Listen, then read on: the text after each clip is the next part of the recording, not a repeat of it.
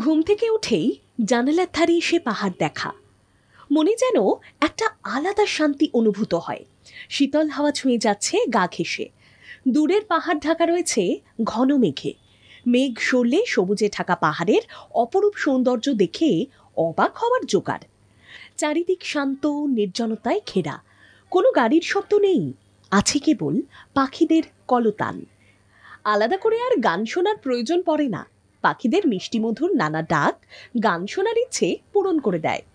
একপাশ দিয়ে নিজের আপন মনে বয়ে চলেছে খরস্রোতা পাহাড়ি নদী। এই পাহাড়ি নদীর নামও রয়েছে। স্থানীয় ভাষায় এই নদী বেলটার কাখোলা নামে পরিচিত। ভাবছেন এই ছবির মতো সুন্দর জায়গাটি কোথায় অবস্থিত? উত্তরবঙ্গ ছাড়া আর কোথায় হবে? হ্যাঁ, দার্জিলিংয়ের কাছেই রয়েছে পাহাড়ে ঘেরা এই ছোট্ট গ্রাম, যার নাম ফাজি। অনেকেই এই গ্রামের নামই হয়তো শোনেননি। পাহাড়ি আঁকা মাকা পথ, সবুজে ঢাকা চা বাগানের বাগিচার মাঝে হারিয়ে যাওয়া। শীতের মরশুমে যখন সূর্যের আলো এসে পড়ে, এই চা বাগানের উপর পুরো চা বাগানের বাগিচা হয়ে ওঠে সোনালি রঙের। ফাজিতে একবার গেলে আর আপনার বাড়ি ফিরে আসতে মন চাইবে না। পাহাড়ি এই গন্তব্যের সবচেয়ে আকর্ষণীয় বিষয় হলো অন্যতম পুরনো ও বৃহৎ প্লান্ট পাওয়ার। এটি তৈরি হয়েছিল সেই ব্রিটিশ আমলে। এই মায়াবী পরিবেশে ঘেরা গ্রামে পাহাড়ের কোনো এক ঢালে বসে প্রকৃতির সঙ্গে সময় কাটান। এইভাবে আপনি বাঁচার এক নতুন রসদ খুঁজে পাবেন।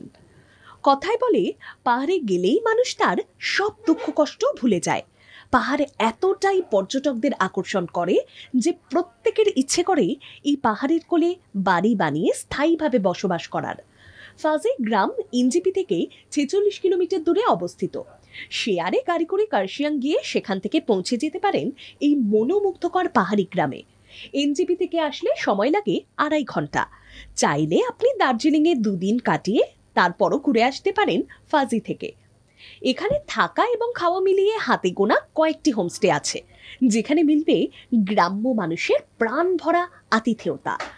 সামনে শীতের মরশুমে অনেকগুলো ছুটি পেয়ে যাবেন, আর এই ছুটিতে কোলাহল বর্জিত পাহাড়ি গ্রাম হেঁটে উপভোগ করুন ফাজিতে এসে। ব্যুরো রিপোর্ট, বাংলা জাগো।